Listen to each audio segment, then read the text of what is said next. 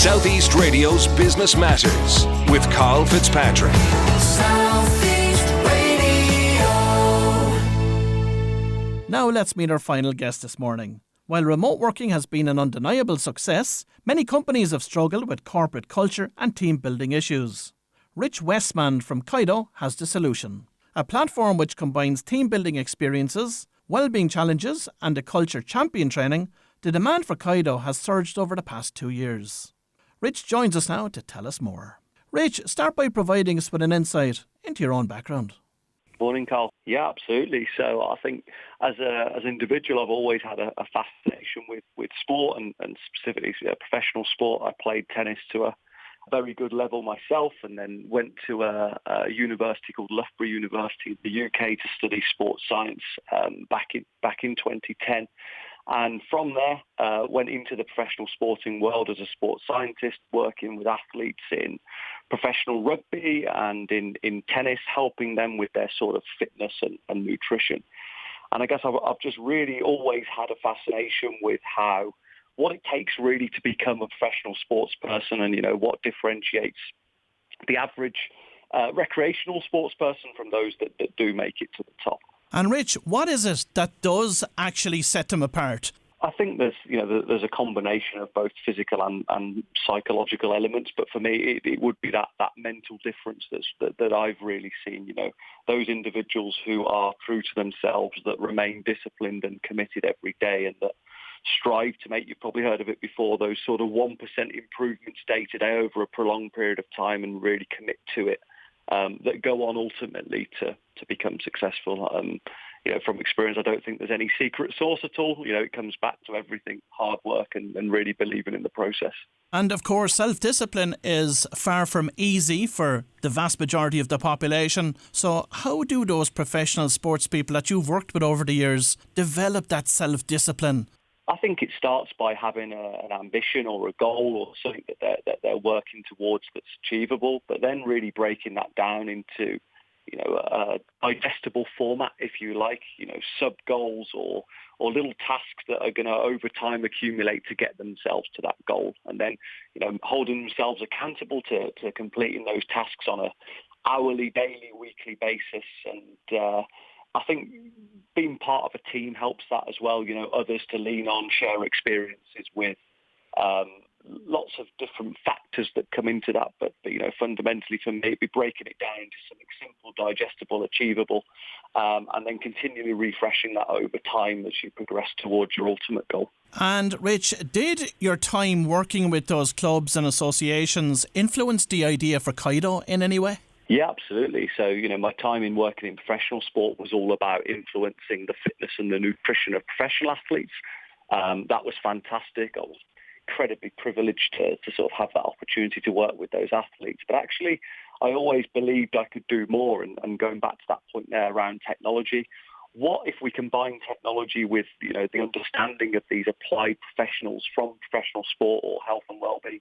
Could we do to influence the health and well-being outcomes of people more generally? And, it's at a time where healthcare still is struggling. We have a very reactive healthcare model where people get put back together again when they get ill. But actually, what could we do to keep people healthier for longer in a more sort of proactive and preventative way? So my idea really when I started Kaido was to use digital technology and data to help people make better physical and mental health choices and thus keep them sort of healthier for longer.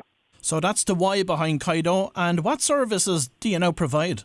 Yeah, so I think like all good businesses, we've had challenges and pivots along the way. We started off going to be another direct-to-consumer app like everybody wants to be, but actually we focus very much in the sort of B2B space, providing services to businesses. Initially, we provided health and wellbeing challenges to enterprise-level businesses to support employees to look after their well-being with the support of their different teammates.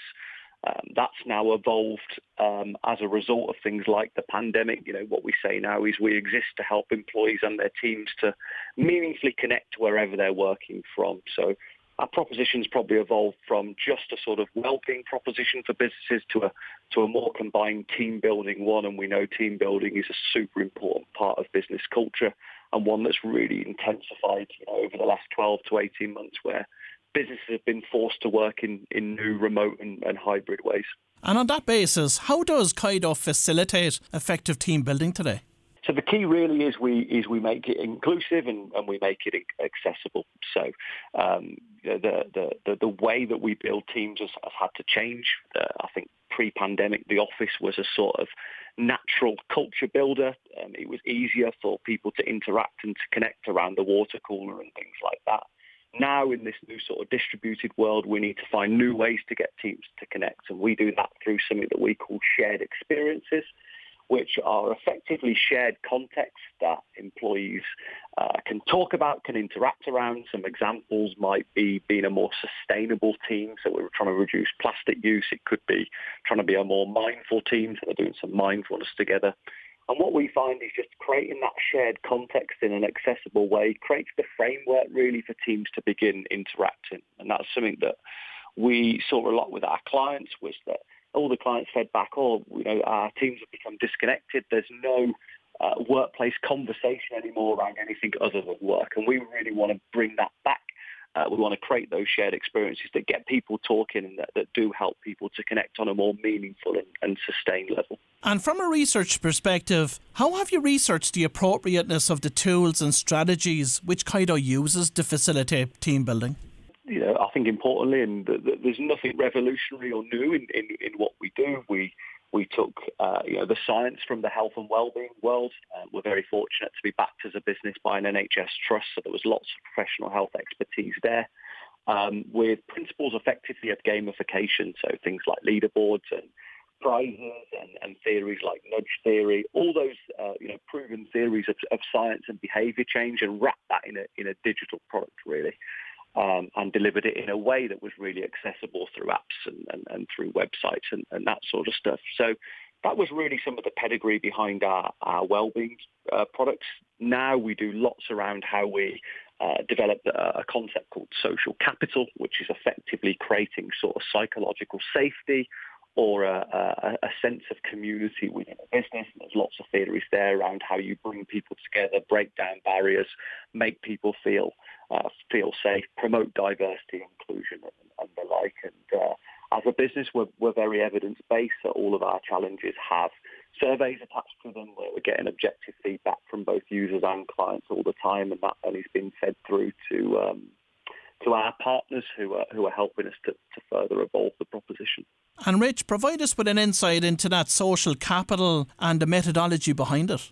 Yes, the idea really is that social capital as a construct, if you like, is key really in creating great places to work. So there's lots of theory around how good social capital within a business is very well correlated with a business's ability to attract and retain talent.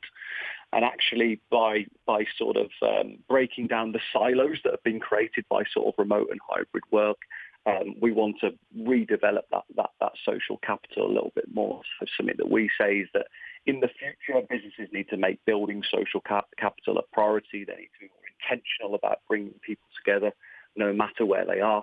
And actually, that social capital is a really, really critical pillar of building culture and thus a great place to work.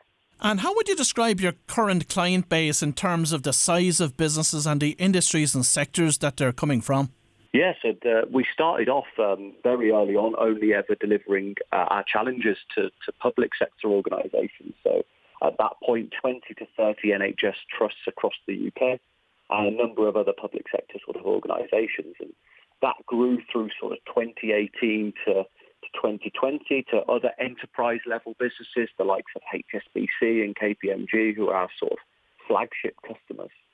But then something really interesting happened when the pandemic came. I'll be honest, we were deciding on our future as a business. We'd hit that sort of revenue had sort of started to taper off. But actually the world changed and there was a far greater need for our product because of those social elements that we mentioned, businesses needed to bring their people together in different ways. And what we found as a result of that is we started to onboard more smaller companies. That was companies that had sort of 50 to 250 employees that maybe hadn't done anything from an employee wellbeing or employee engagement perspective before. and were looking for different ways to start their journey. And that's really where we are now. We're probably 60% SME, 40% enterprise in our client base. The majority of customers sit in what you call the probably professional services segment, and then supported by sort of public sector organisations, the likes of UKHSA, which is the old Department of Health, NHS Trust.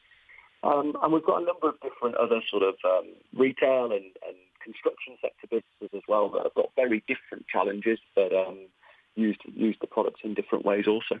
And of course, with the transition to remote working over the past number of years, there's never been a more important time for businesses to invest in team building. Have you witnessed an increased demand for Kaido since the onset of COVID? Yeah, absolutely. And I think that's a combined benefit of our product not just being used from a well-being perspective, but also from a team building one as well. I think the move to remote and hybrid work has had a net positive benefit in terms of the employee experience. Employees feel like they have more time and more money because they're not commuting and all that sort of stuff. Businesses have been a lot better at supporting mental health and providing digital mental health support.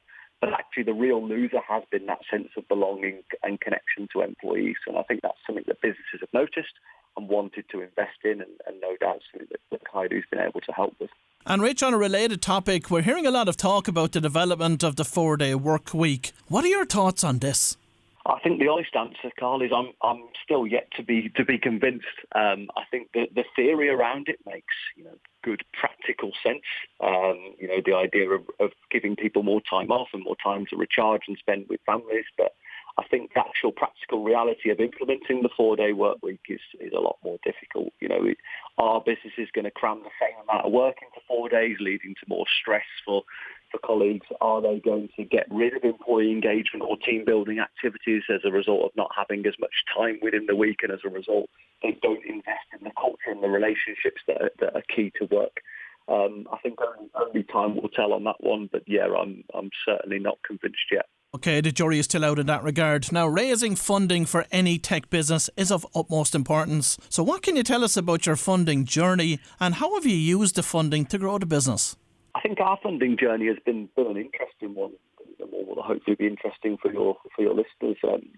We were very early on. We were fortunate to raise what I'd say was good money. We were born at a time where investment in digital healthcare, particularly in the UK, was strong. We raised £150,000 from different private and public sector funds very, very quickly. But actually, I think if I'm being honest, having access to that capital early on actually provided more problems than it did solutions. And the reason for that, as a founder, I didn't know where to deploy that capital. We didn't understand who we were, sort of the problem we were trying to solve for businesses. And actually, I think the best learning I did as a founder was when we didn't have money and we had to go back to basics and really get to the crux of the problem. And I always say, if I had that capital again now, I think I'd spend it far more wisely with the learning and the intuition that I've gained over the last, sort of 3 or 4 years of building Kaido. That's a very interesting point that you're making in relation to that. So do you feel that some of that capital at the early stage was somewhat wasted? Absolutely, yeah. And I hope some of our funders aren't listening, but, I wouldn't want to use the word wasted as I think all learning that you have to go through as a founder is important. I don't believe you can become a first-time founder, from a textbook or from a university degree. You have to go through some of those challenges and problems to really learn and evolve. So, the capital helped us in terms of giving us the freedom to do that. But I would say having money can give you a sense of freedom that's very artificial when that money runs out, and that was something that we saw very quickly when that time came. And of course, crucial for any tech startup is to have a roadmap in terms of increased and improved functionality over time. So when you are developing that roadmap with your team, what influences have you in mind? Always been driven by the ultimate needs of our customer. So as I am the CEO, but I also head up our sort of sales function, if you like. That puts me at the forefront of all conversations with customers around their challenges and their needs. We adopt a very sort of consultative approach to selling, building relationships with our customers. What that means is we are there when they do have new challenges and that sort of stuff that they want to discuss. So we are always totally client-led. in terms of any decisions that we make, and we'll always sort of sense check or test new ideas with them before we sort of commit anything, if you like, to construction. Yeah, when it comes to product development, especially of a tech nature, I was reading a very interesting article recently about innovation, and what it said was that if you want to evolve a product, then your customers are the best people to speak to, or your potential customers. But if you want revolution within a product, you won't get it from them. Very interesting, and I think there are revolutionary products that have evolved out of different circumstances within society. I'm a big believer in timing. It's something that Kaido has seen as well. I know the guys at Gymshark attribute a lot of their early success to timing around influencer marketing and that sort of stuff. And I think, if you are going to be revolutionary, and there are some incredibly inventive people in this world that are thinking about things that many others haven't even thought about yet, and that's exactly what you're sort of saying there. But it's certainly not where I'm at the moment. And Rich, finally, what growth targets have you set for Kaido over the coming years, and how do you plan to achieve those?